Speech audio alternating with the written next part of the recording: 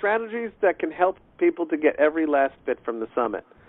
You want to go first? You want to do one? I'll do one. Well, sure. It's important to read the material that they send to you about each individual media representative and study them. They'll send it. They won't tell you who it is exactly at the beginning. They'll just give you the bio. So you just read through each person's bio and what they're looking for from a story perspective, and then you make notes. You say, okay, that guy would be good, and that's the media representative 4A or whatever the number is. They give a number for each bio. And you study it. You figure out, okay, how would I approach that person? What would I say to them? Okay, and then you rank all these people on a list in order that you'd like to see them. Maybe you want to see somebody from CNN right away, or maybe you want to talk to The View. Maybe that's a high up on your list, or maybe Good Morning America. Maybe the freelance writer for the New York Times is who you want to see. So you just rank these people on the sheet that they give you, and then they try to meet your needs and wants, and they give you a number to see that person when you go into the summit. But the important thing is to really read those bios when you get them so that you can figure out who it is you want to see. Your turn. All right. I'm going to say you've gotten those numbers, and they break it up into, I think, 5 sessions because they don't put all 100 people there in one session. It's something like 25, 30 people at a time. And then kind of running around the room, I'm next on this line. But there are going to be some media folks who are just sitting there and nobody is coming up to them because you're already an hour or so into the whole pitch fest and their line has gone down or less people wrote them down or whatever it is. Some sort of lull. Whoever was supposed to be next just hasn't run back over there the way they kind of coordinate it. And that person's sitting there. Go up to them. You have nothing to lose. You say, meaning they may not be on your list at all, because there's some people you say, that person, I don't have any shot. You never know. You never know. And you know what? Either they may say, I had the guy who was sitting at dinner that was giving us all the good information. His wife was an ABC News producer for 2020. Right. So right. The thing is, same with some of the producers too. You may walk up and they may say, "Well, I work on a gardening show." I don't know. I've just picked that as something that is probably not the fit for everybody. But my wife works at 2020. Man, this would be perfect for her. Give it to me. I'll give it to her tonight. Wow. Talking about that. Or same thing I would do, which is I would say, I have a colleague, or I'm going to email them this and say, Jess said to send it to you. Right. And that does work. That does work, by the way. I've done that many, many times where they said, make sure you tell them that so-and-so said, get a hold of them. In fact, I've had people from Fox News, actually, tell me to get a hold of somebody else, like at another news station. Like, get a hold of Susie at ABC News New York. This is right up her alley. I know she wants to do a story. Because, the media knows each other. A lot of them know each other. And they're friends, or they're married to one another, or whatever. And they see a good story, and they may not be able to use it, but somebody else could use it. So, and if they don't tell you, like if I would forget to say and put in there, Jess said this would be good for you. Jess Todtfeld said it would be good. Ask them, hey, would it be okay for me to say that you connected us?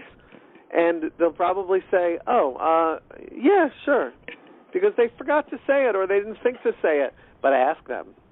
And 99% of the time, what are they going to say? No, they just told you. Now you have this quality endorsement that's kind of going along with it because this person said, no, I should. Yeah, it definitely helps. Definitely helps. So, and I'm happy to take a phone call if somebody wanted to call me and just ask about the summit, just in general, and people do all the time. 734-667-2090, 734-667-2090. And happy to talk to people about it if they want to. Not all day, but, we'll be happy to talk about this, about more detail if you need some help. And I feel like I should not just sit here quietly and say, yeah, and you can't reach out to me. Don't call Jess. No, it's rude. How rude of me. Yeah. I pick up the phone. I'll talk to anybody. Same thing. And to try to give good ideas. 646 is my number here in New York. 646-233-1424. 646-233-1424. And maybe below this video that we have our other contact information too. Throw out another good idea to make the most from the summit. Follow up. You've got to follow up. with the people. You send them an email afterwards if it's appropriate. I mean, first of all, you got to take great notes, because by the end of the day, you're going to remember. You'll say, "Oh my God, what did that guy from CNN say?" You got to take notes as you go quickly, and then at the end of the day, write some better notes. And then at the end of the event, on your plane ride home, make sure you get everything organized and figure out who's going to get the first phone call or email or whatever. There's some people that you'll want to reach out to immediately. I book stuff right off the floor there in the past. In fact, I do every year. And, I'm talking to people before I leave the room, for God's sakes, talking to, media people. But the follow-up is important, and, mailing them something that says, hey, nice to meet you at the PR Summit.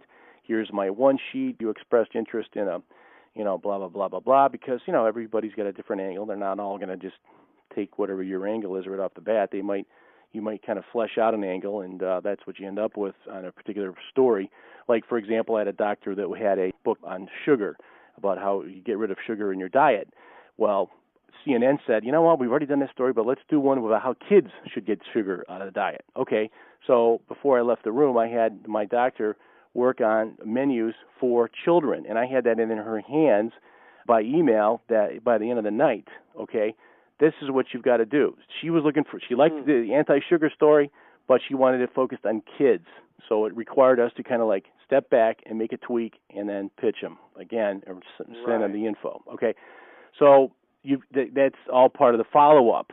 Mail them stuff at the end, email them, and stay in touch. You're creating a relationship, okay? Right. They may not book you today. They might book you 6 months from now, or they might book you a year from now, or they may quote you in a story that they're working on, but they're not working on it for, whatever. Couple of months, couple of weeks, or who knows. So I'm going to build on the various things that you just said, which is, one is you must take good notes.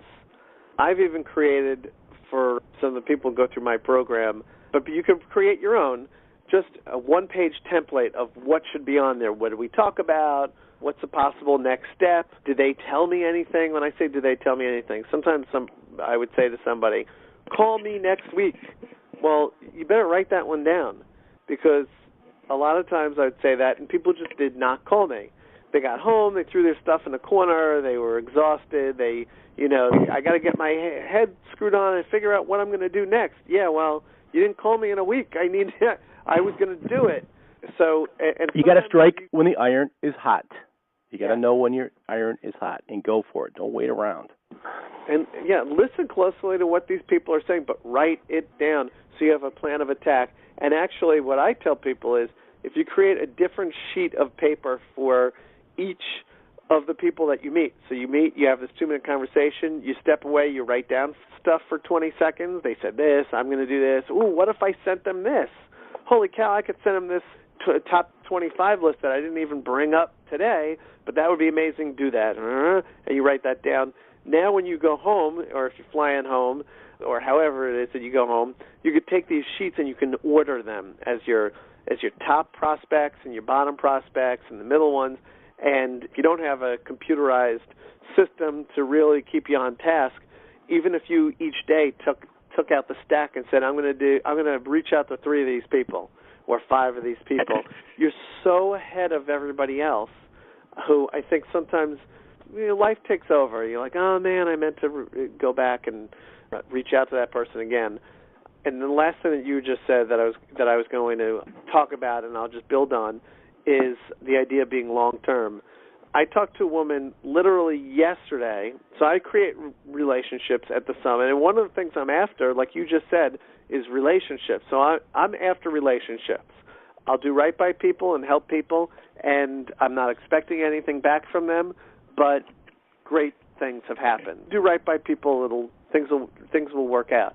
So anyway, and these are what I'm talking about now are other attendees, which I've same thing for some of the media folks. But anyway, so this attendee who went through my workshop chatted with me yesterday. She said some media opportunities are happening. I said, why don't we pick up the phone instead of 19 emails and tell me what's happening. I'll give you some thoughts or advice. And I'm not trying to squeeze extra money out of her. I mean, if she wanted to do something even bigger, fine. But anyway, so we're just chatting. So she said she actually had, I think it was Good Morning America, they said, we'll do something, but we have this wacky Christmas idea and this and that. So the woman who was at the summit said, I have a lot of things going on in my personal life. I may not be able to do it now, but I can do a similar thing for Valentine's Day or for Easter. And so she's explaining it to me, and she said, but you know what, Jess, if they can't do it, you know what, then I'll do it next December. I'll do it with them. I'd love to do it now. I just can't, she had other stuff happening in her personal life. I just, it'll be what it'll be, but I'm not going anywhere. I'm going to still be, working on this thing. It'll pay off then. So the thing is sure, you want the short term, and you may get some of the short term. That's fine. But don't give up. I tell this in a video that I have that is on the page that for my workshop, but I'll give a short version of the story, which is this guy, Mahesh Grossman, who wrote a book about how to find a ghostwriter. And he came up and he said, I can tell people how to find a ghostwriter. And I said, well, that's nice, but I worked, and I think I was on Fox and Friends at the time. They want whatever the big thing of the day is, and celebrities, or the how to lose weight with eating fast food, or they want something that's not as niche. To me, it was not everybody in America is saying I got to have a book. Right. So I said, you seem like a nice guy, but I don't know what to do with that. So he said, all right, can I pitch you down the line? Sure. So he called me every month or two for probably about 8 months, and then we were heading into an election cycle, and he says, he calls up and he pitched me some idea, and I think it was okay, but I said, I don't know, you're getting closer, but no. And then he says, all right, and just as he's about to hang up, he goes, well, hey, I know you guys are I said, we're covering this election. There were primaries on both sides, Democrats and Republicans, so there's all this stuff, and we're just knee-deep in that. He goes, oh, okay. Hey, and it's like a throwaway. I could probably do a story on most of these guys wrote books. I could tell you who wrote their own book and whose was ghostwritten.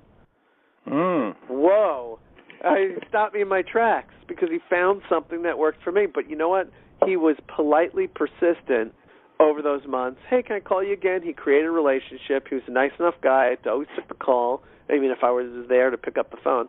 I turned to my boss and said, whoever wrote their book and whose was ghostwritten. And my boss, the executive producer of the show, said, perfect, tomorrow 6:45 a.m. And I'm thinking, wow, okay. I turn around, can you be on in the morning? And then the guy laughed and said, yeah. And by the way, he's on the West Coast, so it was 3:45. He had to get up at 2:30 in the morning, but he didn't care. He finally pulled it off. He said it was fun and funny to him that he's like waking up in the middle of the night and do this. But he was, it was the big payoff for the relationship that he built. And then he and I had and have, but I haven't talked to him recently, I'm probably overdue, a relationship that continued, and we helped each other on the business side, saying, hey, you should do this and you should do that. So it was kind of a nice thing that grew from that. So be long-term on these things. Think about relationships.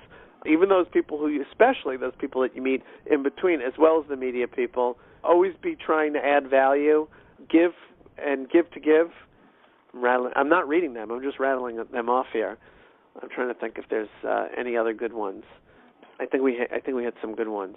You could talk all day about the value of the PR Summit and tips on the thing. I mean, we probably ought to save it for another call.